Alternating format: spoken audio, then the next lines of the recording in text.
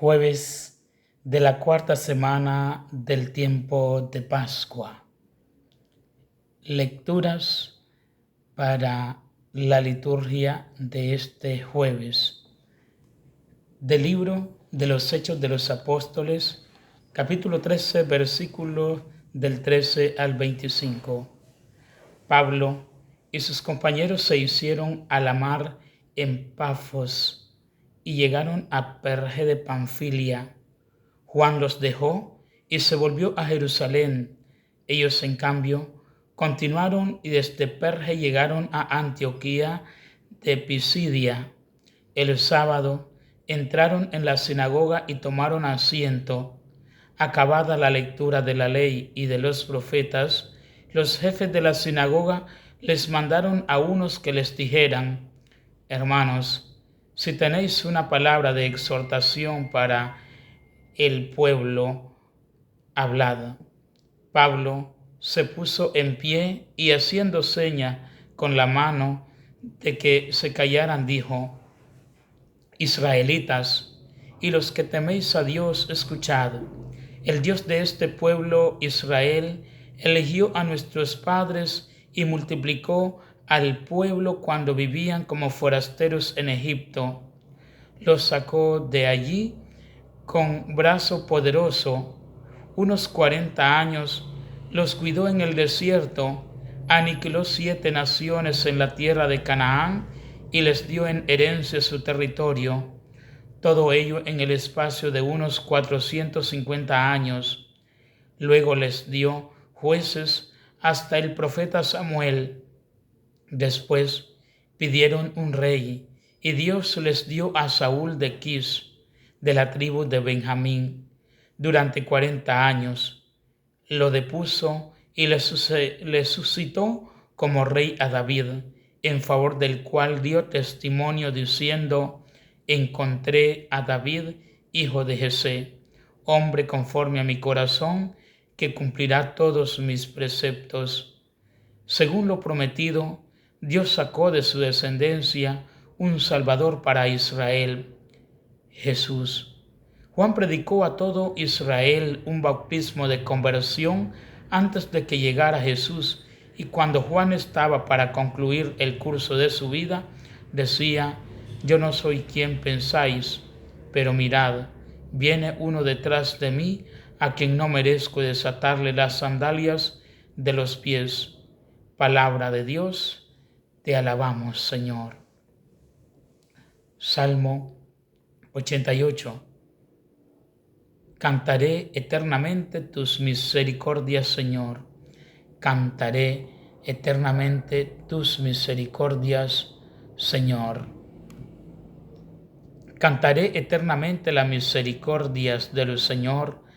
Anunciaré tu fidelidad por todas las edades, porque dijiste: la misericordia es un edificio eterno, más que el cielo has afianzado tu fidelidad.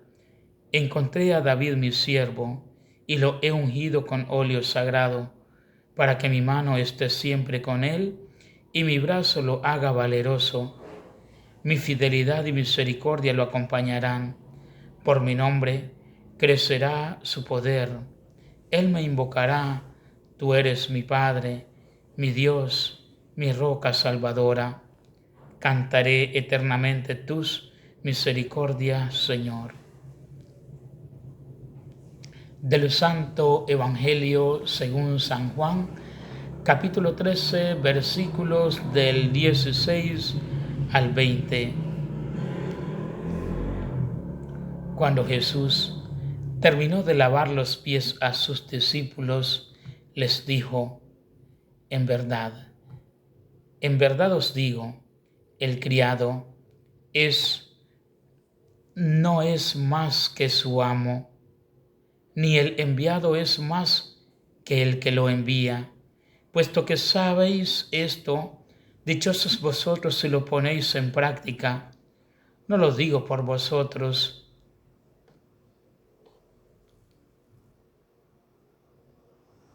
Yo sé bien a quién he elegido, pero tiene que cumplirse la escritura: el que compartía mi pan me ha traicionado.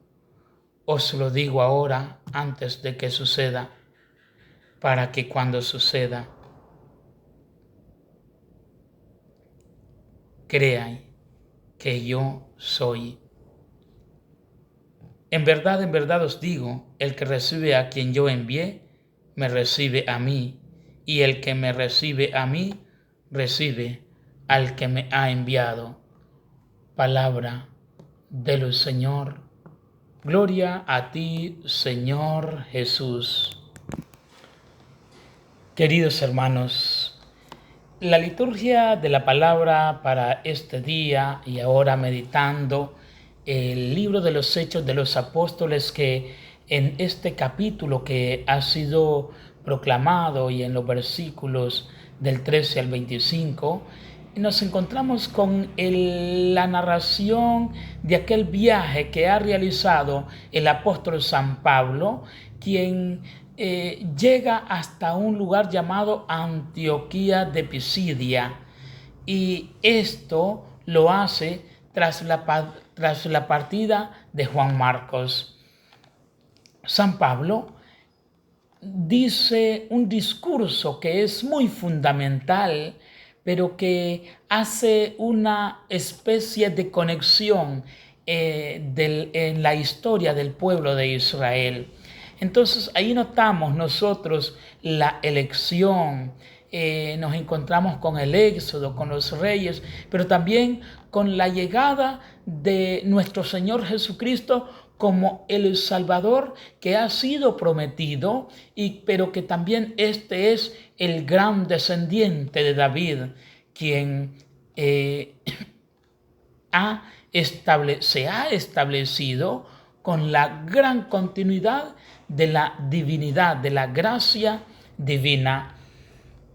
El apóstol San Pablo toma como referencia puntos importantes. En primer lugar, la iniciativa del grupo tras la separación de Juan Marcos en Perge, y por ello es que aquí van a marcar el dinamismo de lo que será la misión de los apóstoles, la misión de Pablo, el viaje.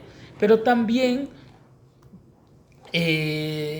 al llegar Pablo a la sinagoga, hace un discurso, y en ese discurso la invitación de los líderes, que es donde ellos pueden dirigirse, San Pablo, tanto a los judíos como a los gentiles, y estos que son temerosos de Dios. Y en el discurso que Pablo dirige, hace un resumen de lo que significa la intervención de Dios en la historia de la salvación del pueblo de Israel, y qué es lo que enfatiza él: la realidad de los patriarcas, la misma liberación del pueblo de Egipto, cómo el Señor los liberó y cómo acompañó a aquel pueblo de Israel. Pero también se habla sobre el momento de los jueces,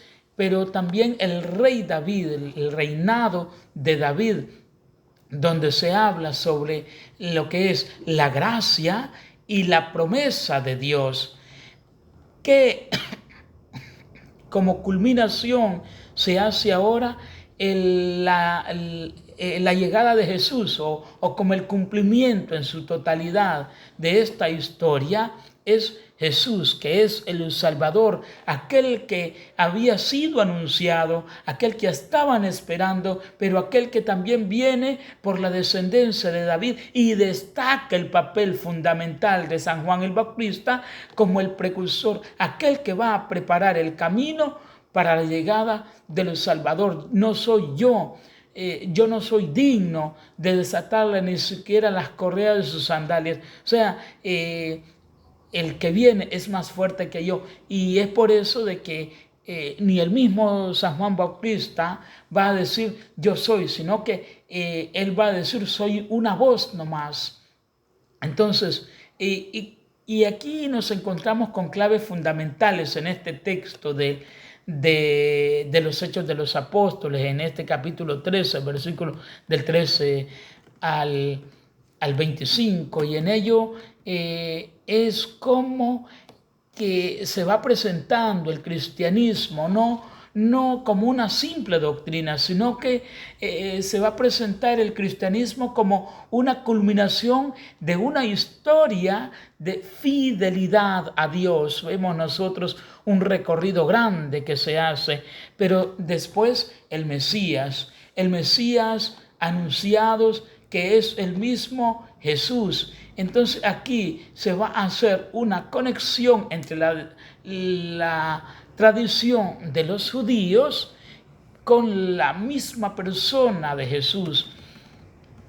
Y como tercer punto fundamental, que está la gran misión de los gentiles, aunque se ha predicado en la sinagoga, pero también este pasaje va más allá de lo que significa la predicación en la sinagoga. Se expande el evangelio a todas las naciones, y por eso es que Pablo hace una especie de audiencia donde hace uso de la escritura para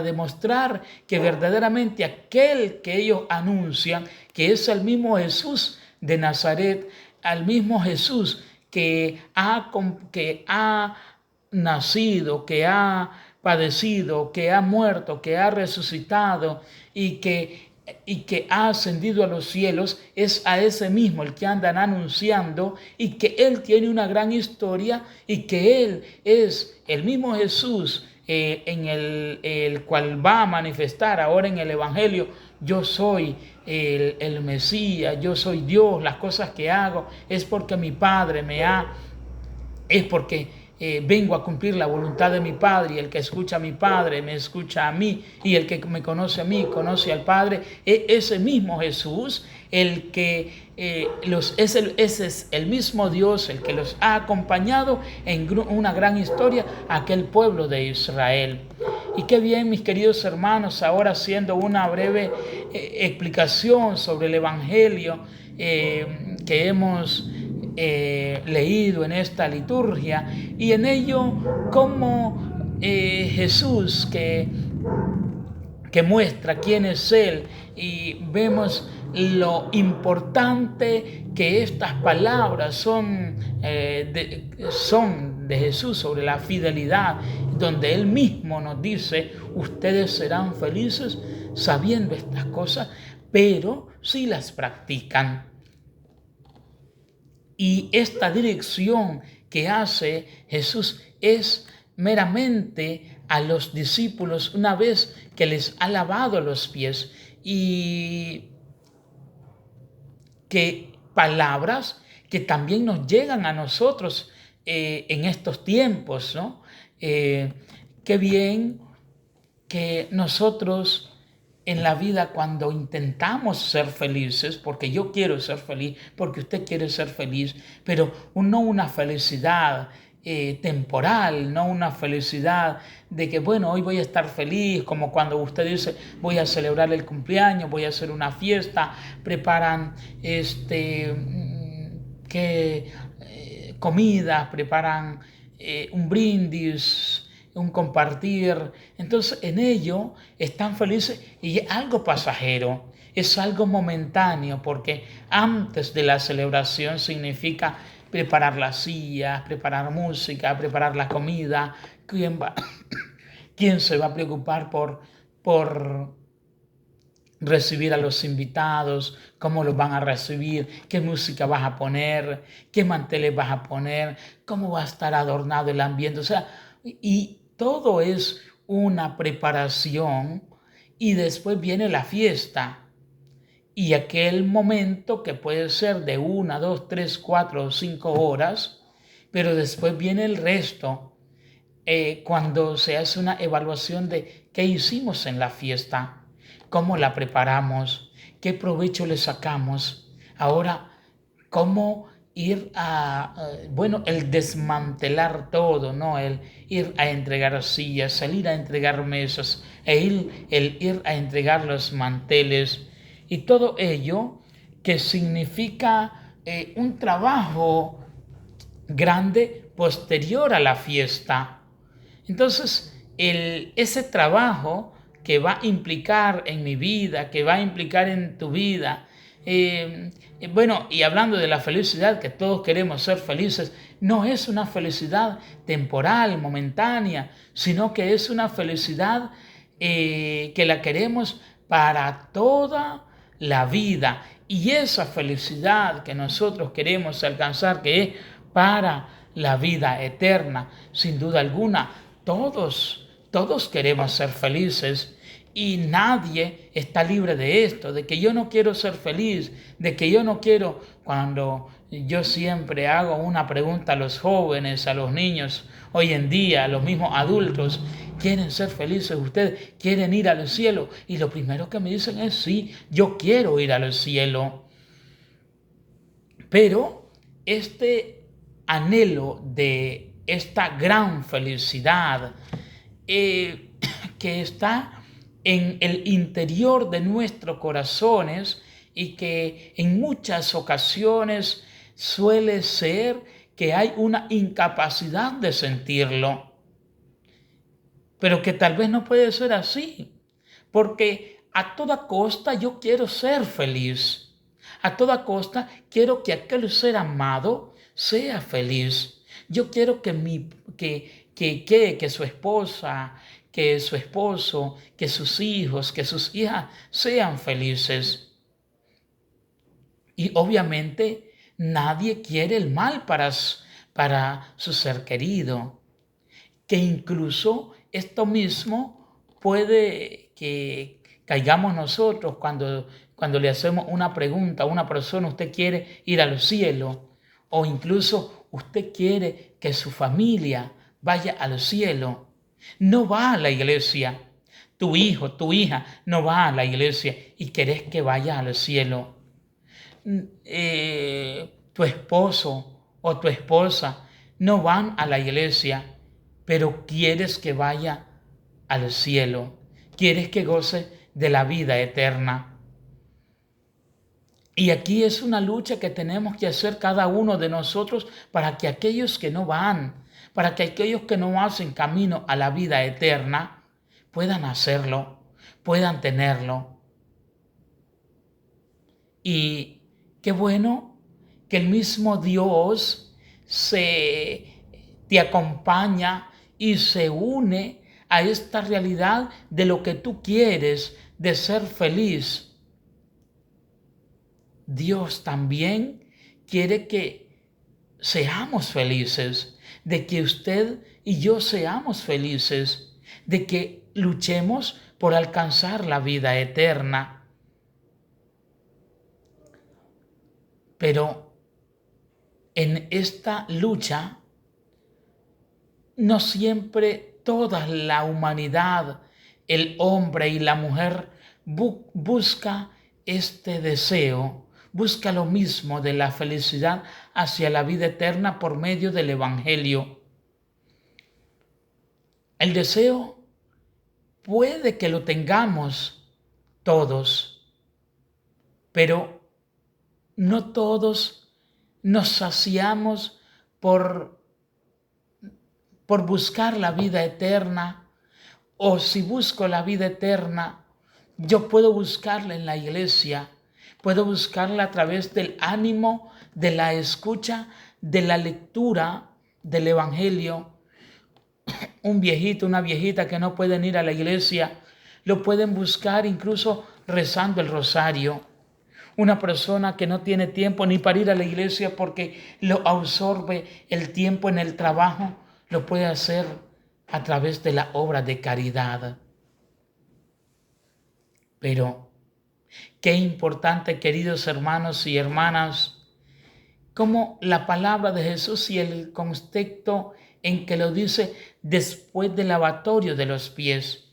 Es decir, para Dios no hay felicidad que sea posible si no es sirviendo, lavando los pies los unos a los otros, sirviéndonos unos a otros. Y por ello, nuestro modelo de servicio es Jesús. Es el ideal para nuestra felicidad.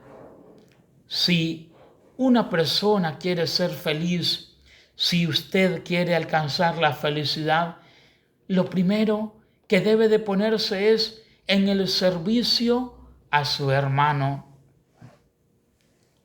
¿Cómo podría ser posible esto?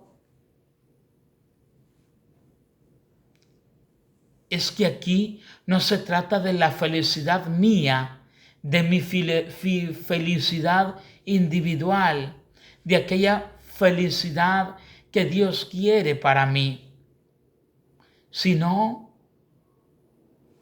que tiene que ver con el servicio. Si nosotros lo miramos con la óptica del mundo y del sistema que se mueve en un ritmo, todo esto, la verdad que se vuelve muy contradictorio. El Evangelio se vuelve incluso absurdo. Si aquí hay algo en lo que dirige o va a erigir el mundo de hoy en lo que hoy en día hablan sus voces, la voz del mundo, es en el extremo individualismo, el yo, el que la persona quiere salvarse solo, el que yo me quiero salvar solo, el que no busco otro medio para salvarme, el yo arreglo mi vida, yo me muevo como yo quiero y el detalle es que aquí yo lo puedo todo.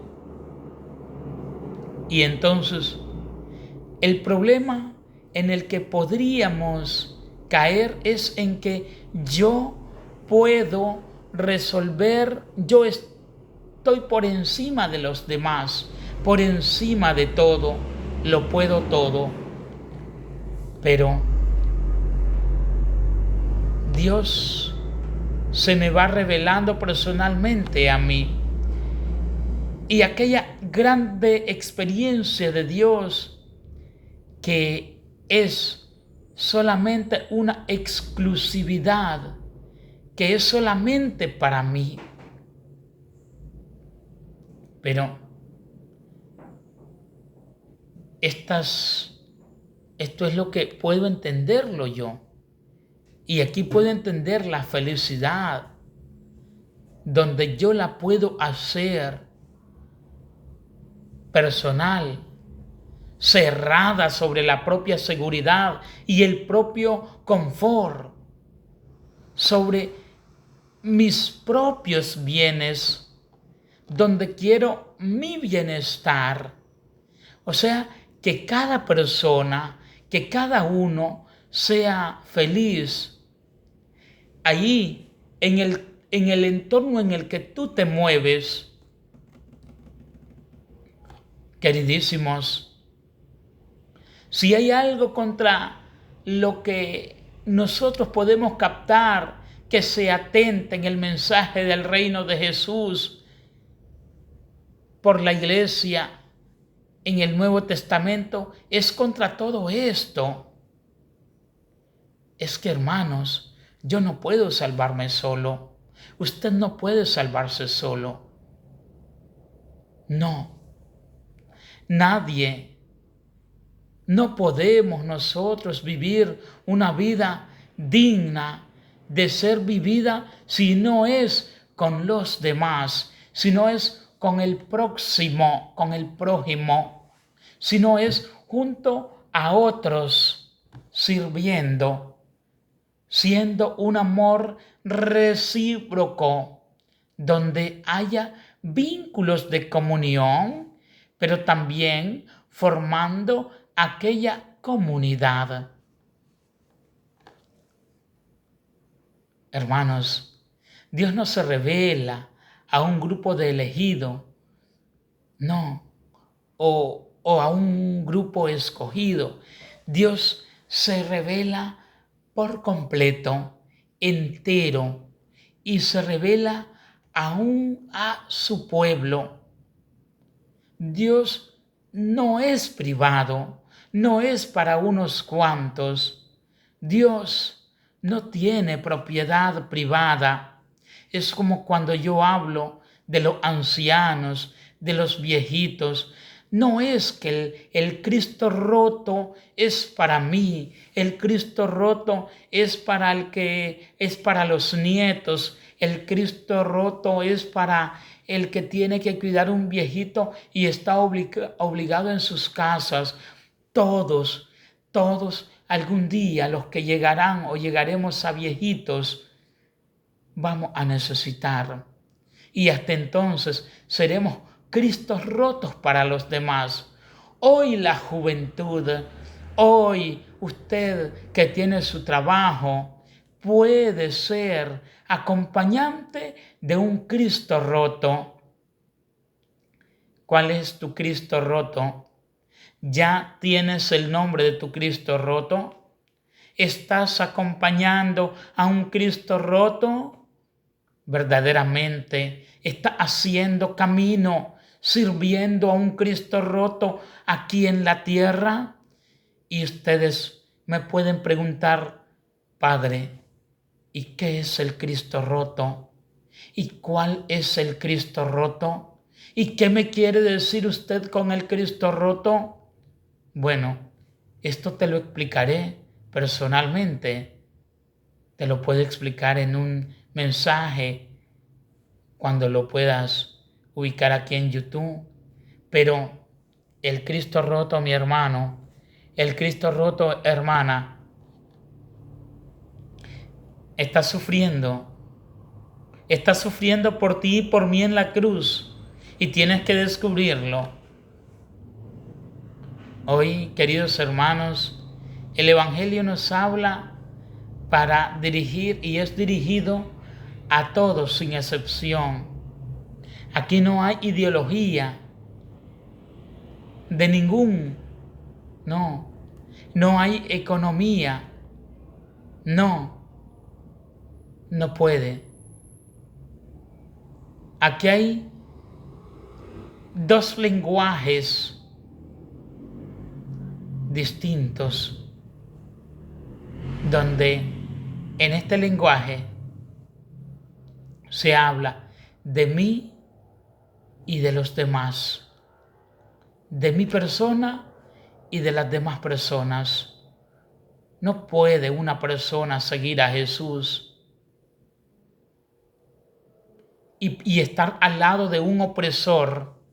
No puede una persona seguir a Jesús y estar al lado de la injusticia. No puede una persona seguir a Jesús y estar odiando. No puede una persona seguir a Jesús y desearle el mal al otro. No puede una persona seguir a Jesús y hacerle daño al otro. No.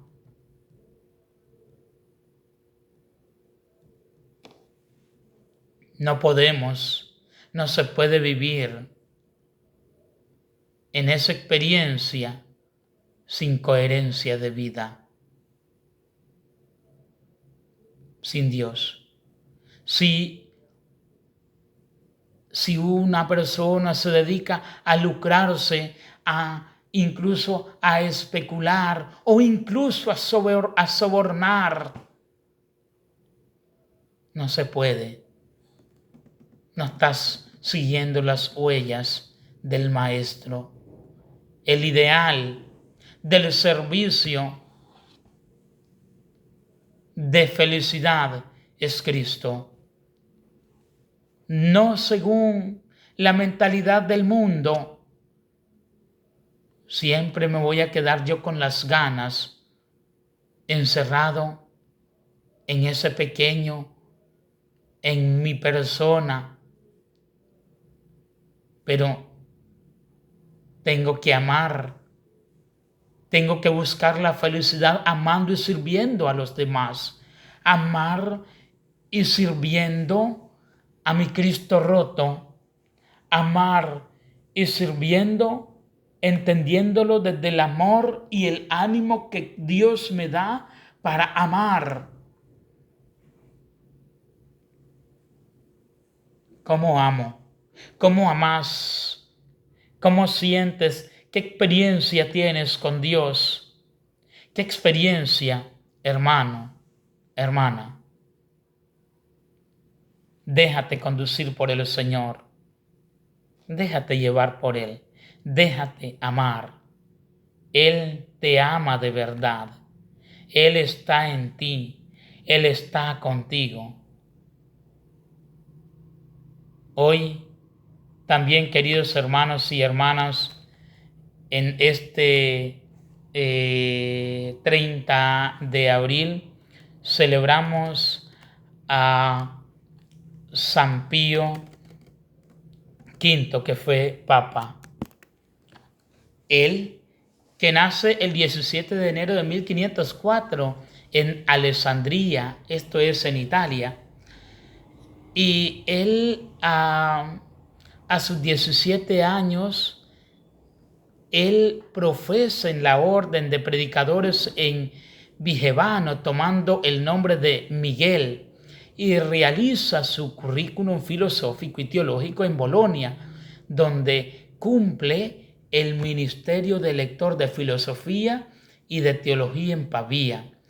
Y a los 47 años, en 1551, es llamado a Roma por Julio III y es designado comisario general del Santo Oficio, donde trabaja por la difusión y la pureza de la fe.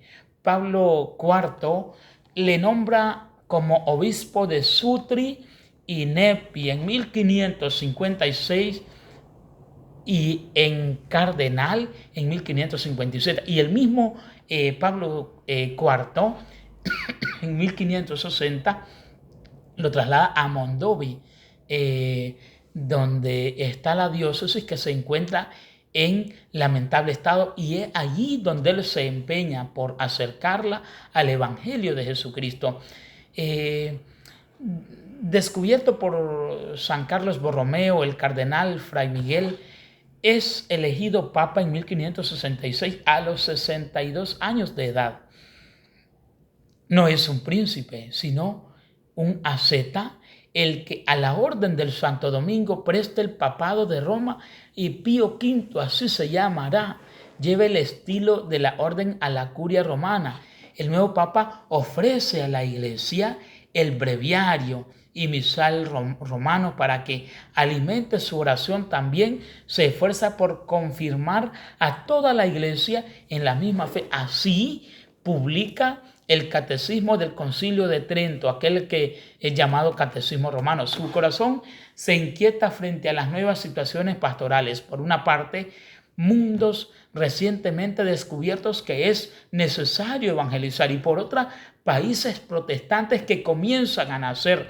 A fin de abordar tales problemas, crea dos congregaciones cardenalicias que serán base de la posterior Sagrada Congregación de Propaganda Fide.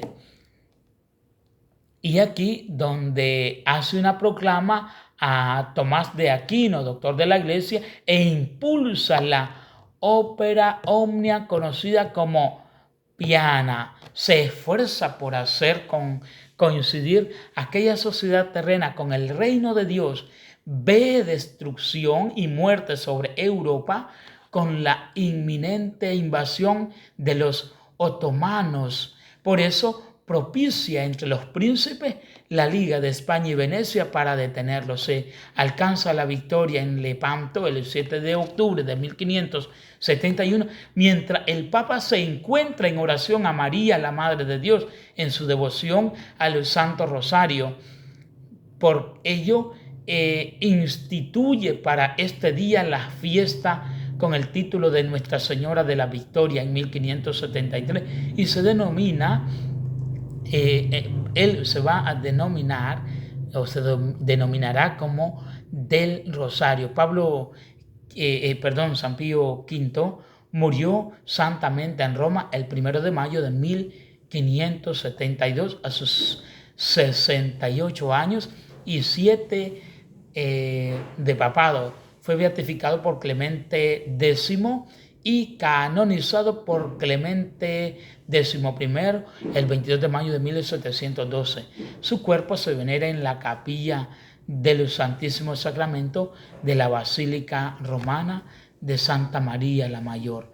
Entre todo, pidámosle que el San Pío V sea ese intercesor. Es muy ejemplar de la pobreza, es muy humilde, inagotable en actividad, es elegido 2 veces prior por los hermanos de su orden y todo lo edifica sobre la oración.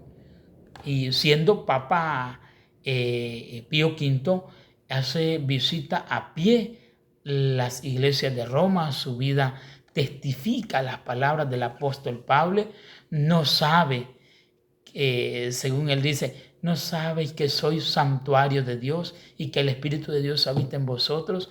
O sea, ese sentido de la oración.